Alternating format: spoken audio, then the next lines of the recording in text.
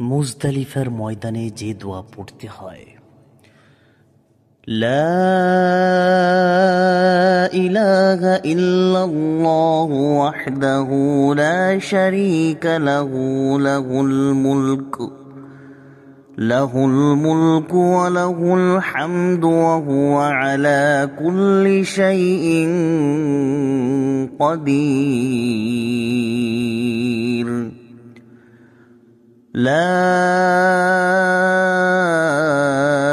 إله إلا الله وحده أنجز وعده ونصر عبده وهزم الأحزاب وحده سبحان الله والحمد لله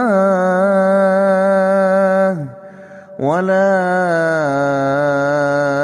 إله إلا الله والله أكبر لا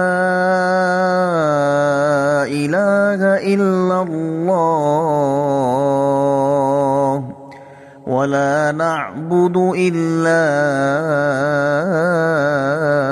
إياه له النعمة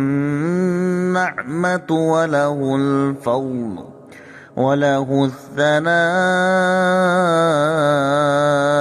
الحسن لا إله إلا الله مخلصين له الدين ولو كره الكافرون।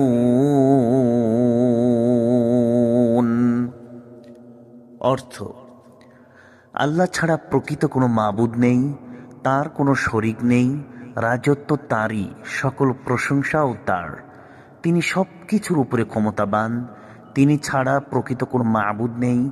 তিনি তার ওয়াদা পূর্ণ করেছেন, তার বান্দাকে সাহায্য করেছেন, সকল শত্রুকে তিনি একাই পরাস্ত করেছেন। আমরা তার পুত পবিত্রতা ঘোষণা করছি। সকল প্রশংসা আল্লাহর জন্য। তিনি ছাড়া প্রকৃত কোনো মাবুদ নেই। আল্লাহ সবচেয়ে বড়।